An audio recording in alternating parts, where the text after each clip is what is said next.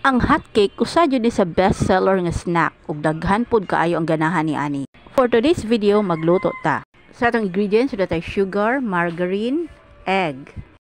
Ato adyo di i-mix ug tarong. Nagbutang pud tag evaporated milk, vanilla, and then ato agyapon na siyang i-mix. Then para sa atong dry ingredients natay cake flour, baking powder, bread improver ug nag-add po tag water, then gimix gyud gihapon nato siya pag-ayo hantod mag-combine ang tanan natong ingredients nga gisagol. Nagbutang pud tag orange juice para mas yummy. Ug human nato na mix ang atong mga ingredients, ato adang giandam ang atong molder. Mag-brush na tag oil para dili mo pilit atong mixture. Ug alang dai sa ato ang hot cake mixture, dapat ang atong mga liquid nga gipangsagol ato jud siyang bana-banaon. May pagka-watery. Kay usa jud sa akong naobserbaran nga smooth ang atong hot cake og lumoy. Ug ang mga bata ganahan jud kaayo ni ani. Ato lang siyang lutuon sa low to medium heat.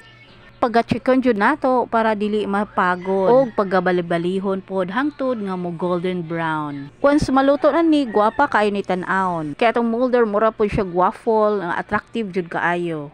Tan-awon pa lang makagutom na jud. Once maluto na, pwede kay ta mubutag margarine og sugar sa babaw. And now it's done. Thank you for watching. Bye.